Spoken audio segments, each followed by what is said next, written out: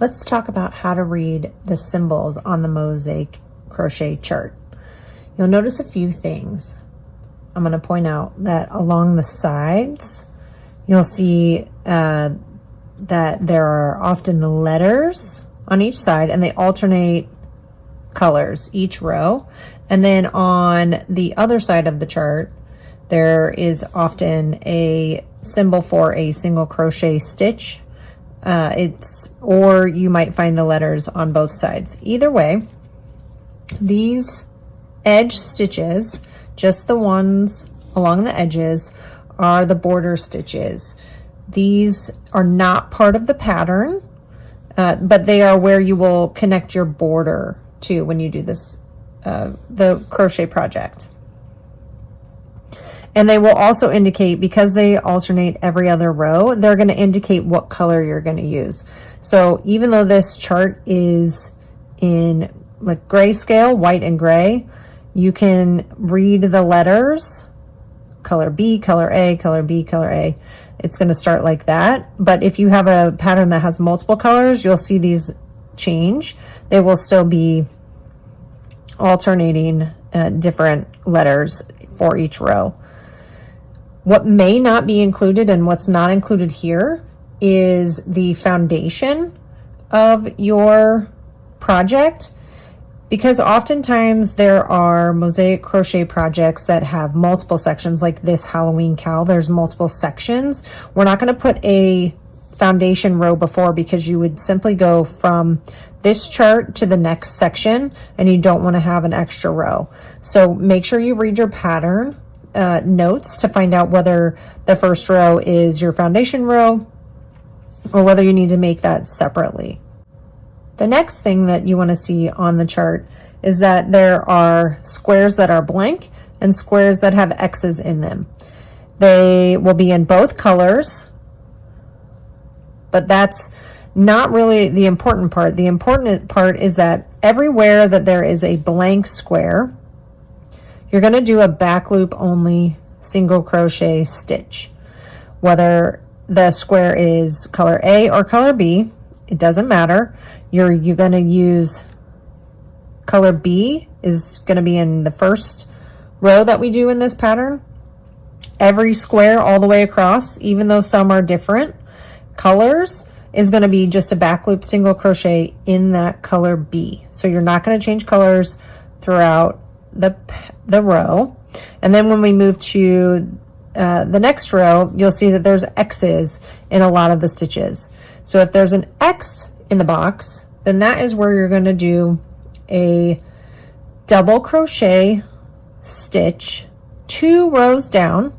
You're going to attach it to the front loop only 2 rows below. So in row 2, where you see all of these X's, you're going to do a double crochet stitch into the front loop only of the foundation row, because that is what's not here on your chart. That is going to be that first row.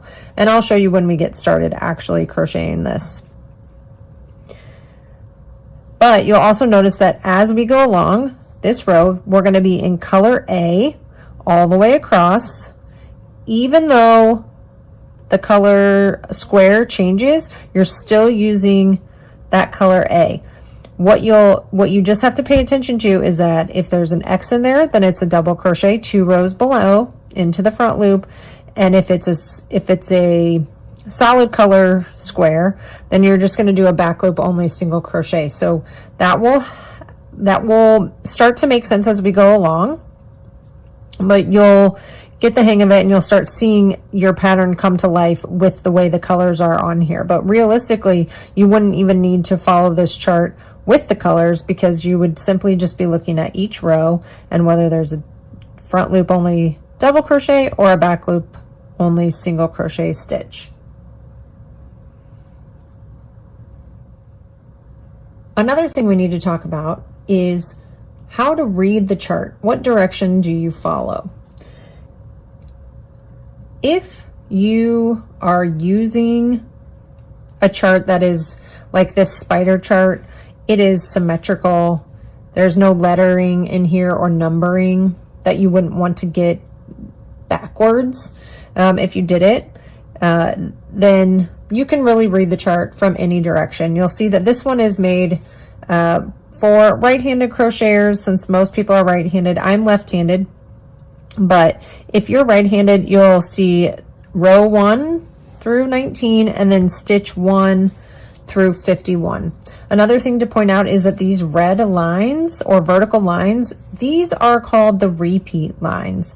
So as you work your pattern, if you're making a blanket size, you're going to redo your stitches, starting with the border stitch here on the side, and then you're going to complete all the stitches here to the red line, and then you're going to stop and you're going to come back to the inside of the red line, and you're going to go through again, and you're going to do that repeat as many times as you need to for the size of the project that you're making. So for the Halloween cowl, there are 4 repeats. So you're going to do this and you're going to repeat multiple times. Then when you get to the end of that 4th repeat, you're going to do any stitches on the other side of the red line to finish out that row.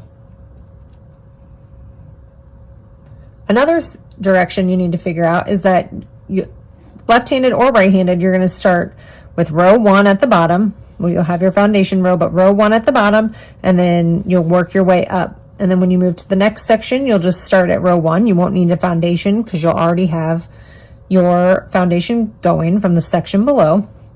You'll start here and you'll go all the way up.